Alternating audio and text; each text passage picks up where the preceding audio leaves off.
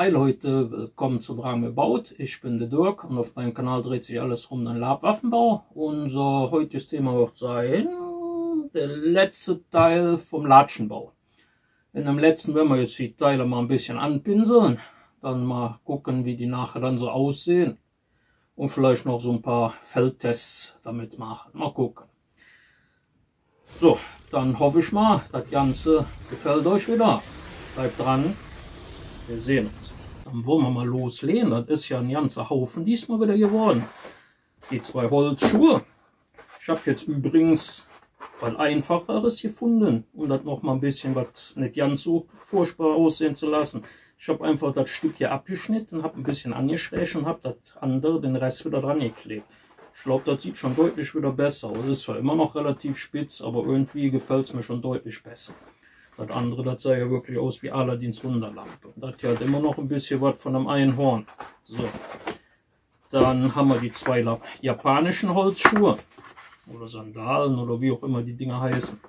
Ich nenne sie jetzt einfach mal japanische Sandalen. Ja, mit den Holzklotzen drunter.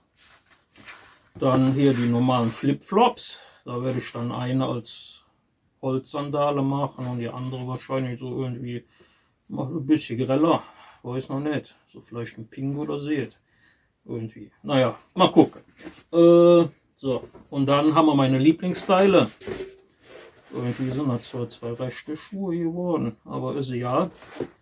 Ich hätte die eine Schnalle hier, die auf die andere Seite, dann hätte ich dann ein paar gehabt, aber ist egal, sind jetzt zwei linke Schuhe geworden.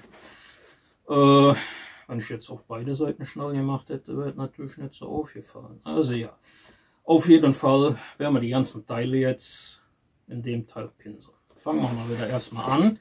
Ich glaube, ich fange dann auch nur, nehme erstmal nur einen Teil. Super, jetzt habe ich die ganzen Schuhe natürlich auf die Pappe draufgestellt, die ich brauchte. Das war natürlich auch wieder sehr intelligent von mir.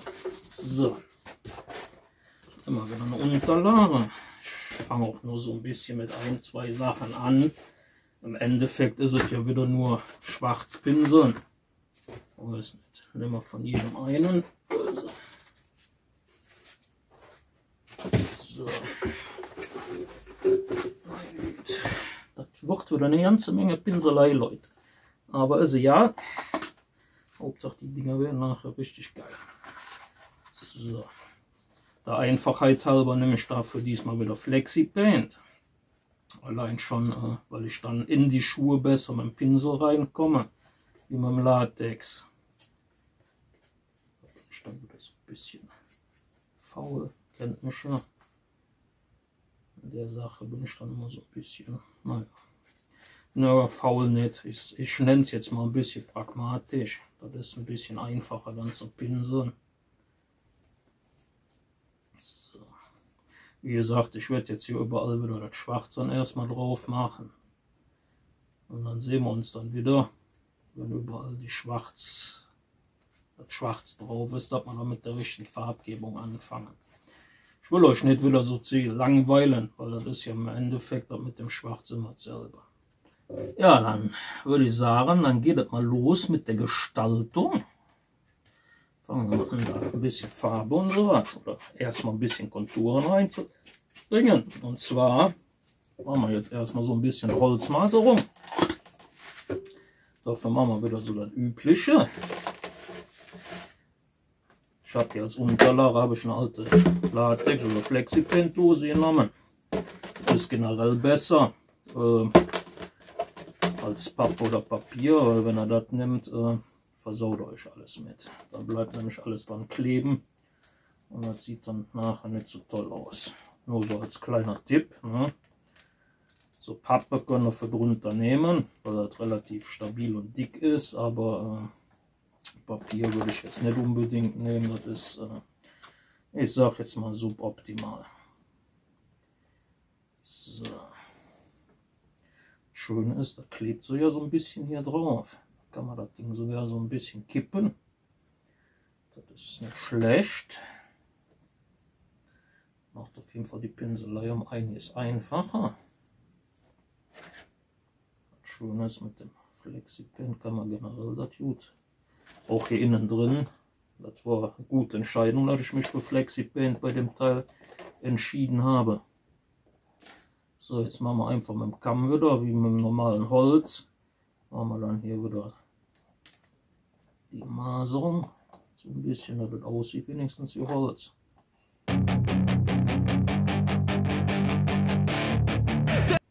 Dafür nehme ich dann wieder hier mein Modellierwerkzeug. Können wir natürlich auch irgendwas anderes mit einer abgerundeten Spitze nehmen, was halt nicht so scharf ist.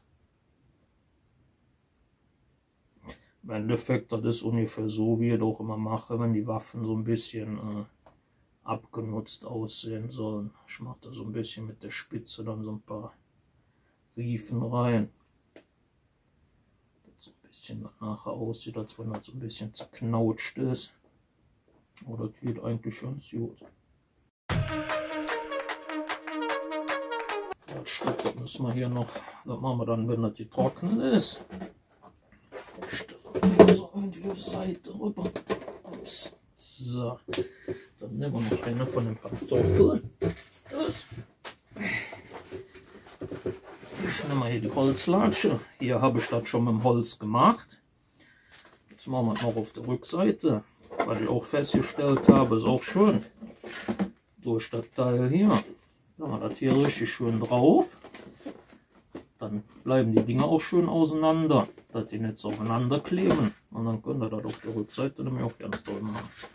Also so Flexipaint oder Latexdosenleere, die kann man auch immer mal wieder gebrauchen. So ein paar behalte ich auch immer. Wie ihr seht, die können dann immer schon mal ganz nützlich sein.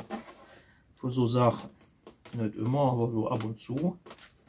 Müssen wir immer gucken, dass da nicht oben, wo er das dann drauf tut, so groß Farbe drauf ist, weil dann bleibt die Farbe nämlich dann, die trocken ist, dran kleben und dann habt ihr so komische Klumpen dann nachher da dran. Also wenn er die Farbe quasi von der Dose dann, die Reste dann da an dem Teil dann quasi dran hat. Also vorher mal ein bisschen runterpulen, wenn da was drauf ist. Und dann klappt das eigentlich schon gut. So sieht das jetzt unten drunter aus.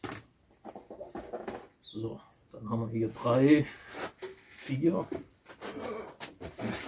Eine Dose habe ich noch liegen. Habe ich noch irgendwo runtergeschmissen. Dann machen wir jetzt noch hier den Flip-Flop. Da habe ich jetzt hier schon unten die Sohle gemacht. Bei der machen wir jetzt quasi hier oben da drauf und dann haben wir so alle Versionen, glaube ich, durch. Even when you feel low, you can still go. Even when you... Ich denke mal, die Dinger werden ja immer so schlechter. Also so für die ersten Versuche mal. Bin ich eigentlich schon recht zufrieden mit den Latschen. Ja, das sind jetzt so die ersten 4 Versionen. Dann würde ich mal sagen, wir tun jetzt erstmal, müssen wir die alle trocknen lassen. Dafür stelle ich die erstmal ein bisschen auf Seite, weil dann kann man nämlich schon direkt bei dem Schnabelschuh, ich habe hier einen schon so halbwegs fertig gepinselt. So. Natürlich haben wir wieder voll gekleckert, wie immer. Wie ihr seht, das ist jetzt trocken.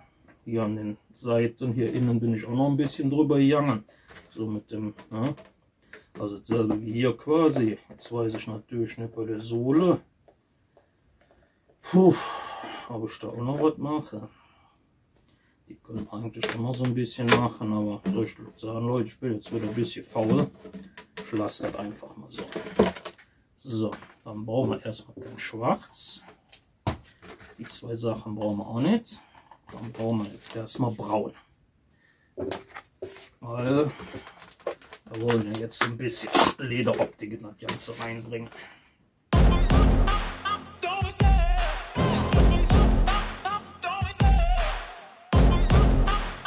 So, das Ganze werden wir jetzt erstmal wieder mal trocknen lassen. Und das machen wir dann mit der Holzoptik und dem Braun, machen wir dann bei den anderen Schuhen dann auch. Also ich muss sagen, so, doch. Das könnte was werden.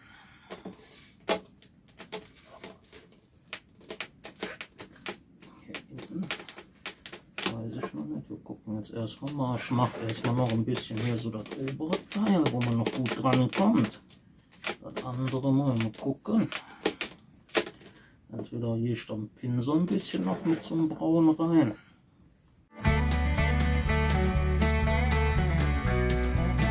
Ja, wie gesagt, jetzt machen wir das erstmal mit der Holzmaserung. Dann werden wir überall erstmal das dunkle Braun drauf machen und dann halt mit dem Ocker. Aber wie gesagt, wir müssen jetzt erstmal das Holz erstmal trocknen lassen. Aber so sieht doch schon mal ja nicht so übel aus. Ja? I feel nauseous, believe me. Never had a lot of shit come easy. Had to work hard, struggle just to be me. Had to ride. Ja, das mit dem Braun würde ich sagen, das machen wir jetzt hier erstmal mit allen. Auch mit den Latschen. Die muss ich noch ein bisschen trocknen lassen. Das ist hier, ich glaube, ich habe ein bisschen schwarz, ein bisschen sehr dick aufgetragen. Und dann gehen wir dann anschließend noch mit dem Ocker ein bisschen drüber. Und dann sehen wir uns wieder, wenn die Dinger alle ihre Farbe haben. Ganz haben wir jetzt trocknen lassen, ordentlich. Dann werden wir jetzt mal anfangen und das ganze Topcoaten. Erstmal hier noch so ein bisschen anfangen, erstmal innen ein bisschen drüber gehen. Da muss ich in 2 Schritten das machen. Das ist nämlich ein bisschen fricklier, wie ich schon sagte. Deshalb bin ich froh, dass ich da Flexipaint genommen habe. Den Pinsel, das ist wirklich viel angenehmer aufzutragen. Also auch das Latex und Flexipaint dann generell dann mit der Farbe drin. Da bin ich dann nur mit dem Pinsel so ein bisschen reingegangen, was weiter unten. Damit das dann da auch ein bisschen Farbe hat. Normalerweise hätte ich doch innen bis auf das obere Teil schwarz lassen können, aber ich wollte dann doch so ein bisschen, sag jetzt mal, dass es dann doch noch ein bisschen besser aussieht, auch wenn man mal reinguckt. Wie gesagt, ich habe jetzt erstmal hier so ungefähr so bis hier gemacht. Oh, ich habe hier irgendwie rumgekleckert. Und hier ist hier was Braunes dran. Ist da wieder irgendwo hängen geblieben? Ja. Natürlich nicht so schön. Ein kleiner Schönheitsfehler hier. Naja, ist egal. Passiert. Da müsst ihr mal aufpassen beim Pinseln. Unten die Sohle drunter, die habe ich schon. Bei dem hier habe ich übrigens noch so ein bisschen auch mit diesen Riefen reingemacht. Das sieht eigentlich ja nicht mal so schlecht aus. Das hat schon irgendwie ein bisschen was. Also kann man machen. Sieht das Ganze so ein bisschen abgenutzter aus. Aber so im Großen und Ganzen bin ich eigentlich schon ziemlich zufrieden. Ja, das wird ein bisschen mehr.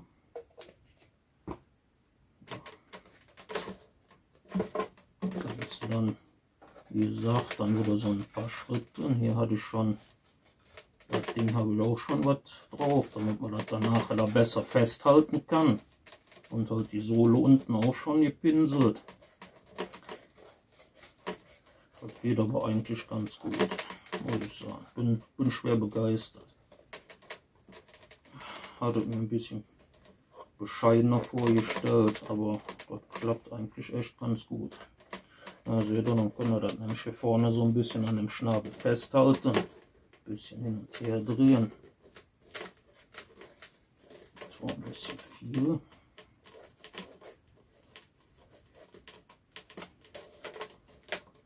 Aber im Großen und Ganzen muss ich sagen, bin ich echt zufrieden schon mal. So mit den ersten Versuchen mal. Ob ich dann noch mal welche baue, keine Ahnung. Ich habe jetzt erstmal von jedem irgendwie 2 oder so. Mal schauen. War ja mal so eine Just for Fun Idee. Aber ich muss sagen, hat Spaß gemacht. Hat zwar wieder mal ein bisschen länger gedauert, weil ich zwischendurch auch noch so ein paar andere Sachen immer mal mache. Aber zum Großen und Ganzen, ja, hat was. Vor allem mit der Schnalle, das finde ich relativ gelungen. Das hat echt ein bisschen was. So, das Schöne ist bei dem Zeug, nimmt man einfach wieder die Flasche, kippt das rein, den Rest und gut ist. Habt ihr doch nicht groß was verschwendet. Wie gesagt, ich nehme noch immer so ein Stückchen von einem Flexipaint hier von so einer Flasche, dann säge unten so ein bisschen was ab. Das ist immer sehr praktisch. Das ist nicht so viel, kann man zwar immer mal wieder ein bisschen was nachkippen, aber so im Großen und Ganzen eigentlich eine gute Sache. So, noch mal ein paar Stellen ein bisschen drüber gehen. Hier so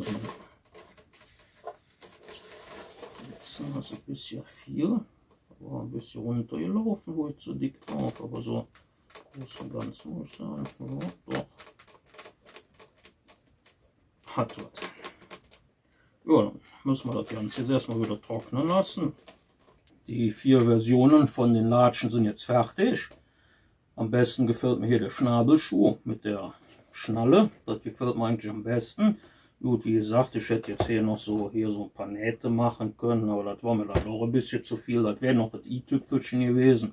Aber so im Großen und Ganzen denke ich mal, das Ganze hier das Schnabelschuh durch. Dann haben wir hier den Holzschuh, den holländischen. Mit der Nashorn-Version habe ich ja noch einen zweiten, aber die habe ich noch nicht gepinselt. Ich habe jetzt wirklich erstmal nur vom Schnabelschuh die zwei gepinselt und dann von denen hier mal jeweils nur eine Version. Dann haben wir hier so die japanische Latsche mit den Holzdingern drunter. Oh, ich sehe gerade, hier ist der Topcoat an einer Stelle noch nicht ganz trocken. Das ist, wenn das ein bisschen zu dick ist.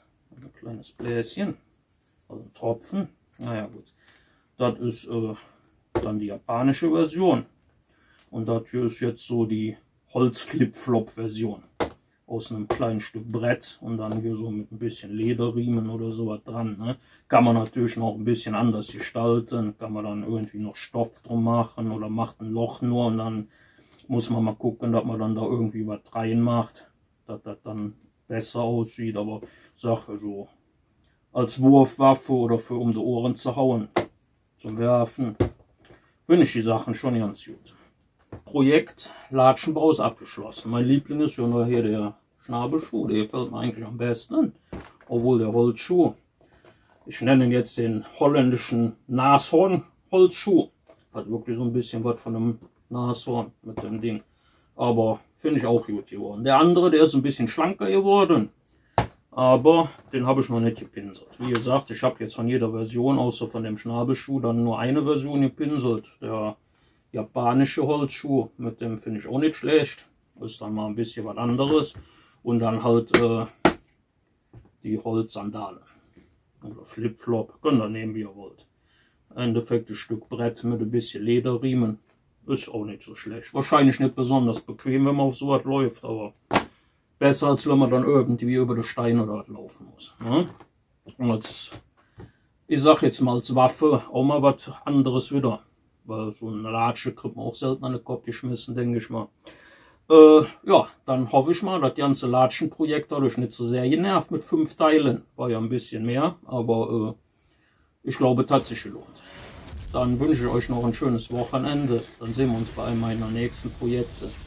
Wir sehen uns.